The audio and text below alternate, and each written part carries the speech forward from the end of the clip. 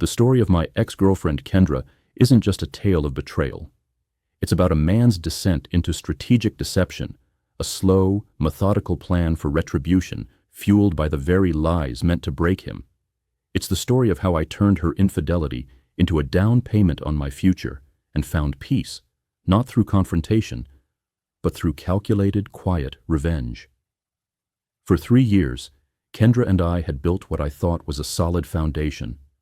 We shared a life in a comfortable downtown apartment, splitting expenses and navigating the day-to-day rhythm of a committed couple. She worked in marketing. I was an IT consultant. We weren't wealthy, but we were comfortable, or so I believed. The first hint of a crack in our reality was subtle. Kendra started working late more often, texting around 7 p.m. to say she was tied up with urgent projects. I didn't question it. Trust, after all, was the bedrock of our relationship. But soon, these small inconsistencies started to stack up. New, expensive clothes and designer accessories began appearing in her closet. When I innocently asked about a beautiful silk blouse, she became immediately defensive, claiming it was a sale item and accusing me of keeping track of her things. It wasn't about tracking, it was about caring. But she made me feel like an intruder in her life for simply noticing. Then there were the phone calls. She'd step onto the balcony for long, private conversations, whispering about work and needing quiet. When I commented that the calls seemed lengthy, she would roll her eyes and throw a word at me that would become a weapon: insecure. That word was her shield, a way to deflect any question or concern. "God, you're so insecure," she'd say, her tone dripping with disdain. If I asked who she was texting, I was insecure.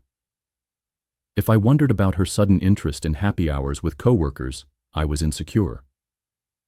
The gaslighting was so insidious that I began to question myself. Maybe I was being clingy.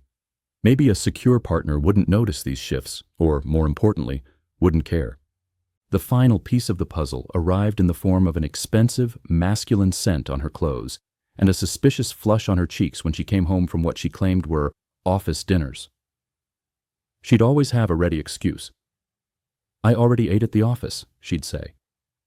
But her perfectly applied makeup and the faint smell of a stranger's cologne told a different story.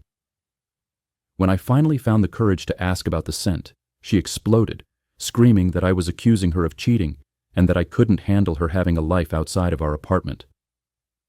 I backed down, apologized, and felt terrible for even having the thought. But the designer bag, the new jewelry, and the increasingly cold way she treated me only fueled my suspicions. The truth revealed itself on a chilly Thursday night in March. Kendra said she was going to a work dinner. She was dressed to the nines in a dress I'd never seen before, looking breathtaking and completely unrecognizable. Later that evening, as I returned from a walk, I saw her getting out of a black BMW across the street. A man, tall, silver-haired, probably in his late 50s and impeccably dressed, walked her to our building's entrance. He kissed her. Not a peck, but a real, lingering kiss. My world fractured in that moment. I watched from behind a parked car, a silent witness to my 3-year relationship collapsing right outside our home. I waited 20 minutes before going upstairs. Kendra was already in her pajamas, washing her face as if she'd been home all night. When I asked about her work dinner, she gave a vague, casual response. I lay awake all night, a silent witness to her deception, knowing that if I confronted her without more proof, she would just dismiss me with that one word again: insecure. So, I changed my strategy. I would no longer play the insecure fool. I would become a detective in my own life. The expensive gifts increased, as did her disdain for me. She'd make passive-aggressive comments, comparing me to some mysterious Marcus, who was only 35 and makes 6 figures. I finally had a name. My investigation began. The following Friday, I followed her. She said she was going to happy hour with coworkers. Instead, she drove to one of the city's most exclusive restaurants. There he was, Marcus, the same man from that night. I watched them hold hands, him helping her into a coat I'd never seen. their quiet intimacy a public display of the private betrayal I'd been living. They left together. That night, when she came home and lied about her evening, I had to make a choice. I could start a fight, demand the truth, and get an apology I knew would be hollow. Or I could be strategic. I chose strategy. For the next 2 weeks, I quietly documented everything. The nights she wasn't at work, the new luxury items, the expensive meals, and the newfound money she suddenly had. I realized Kendra wasn't just cheating. She was using Marcus's money to subsidize her lavish lifestyle while still expecting me to pay for half of our shared expenses.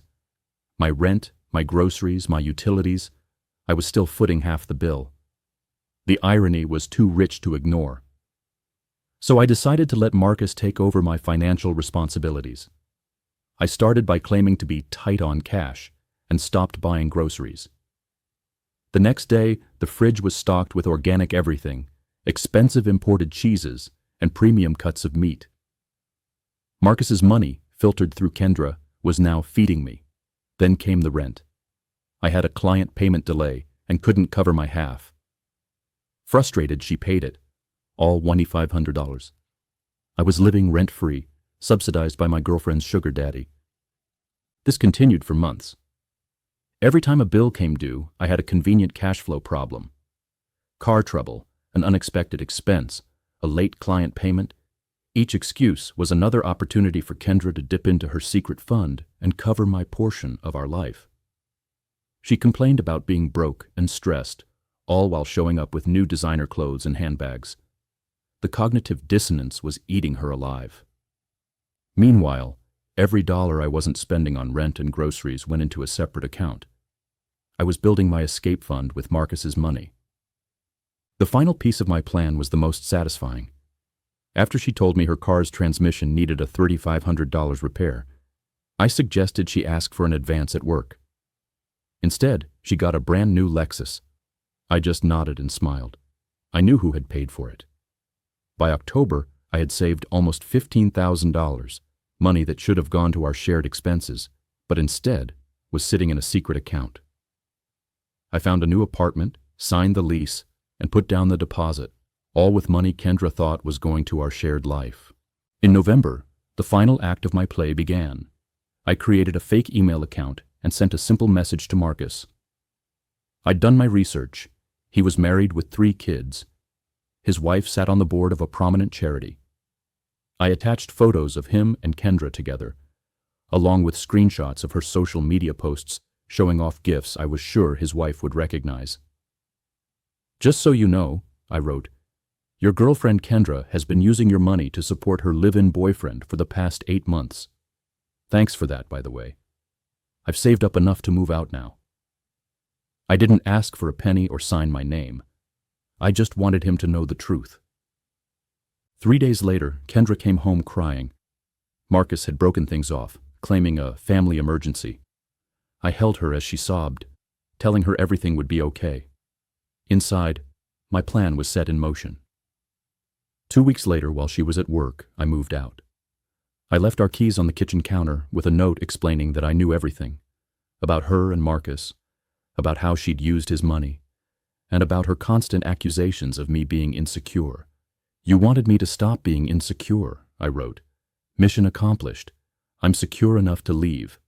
I never heard from her again, but through mutual friends, I learned that she couldn't afford the apartment on her own and had to move back in with her parents. Reality hit her hard. The best part? I used the money I'd saved, Marcus's money really, to put a down payment on a condo. Every month when I make my mortgage payment, I think about how Kendra's cheating funded my new beginning.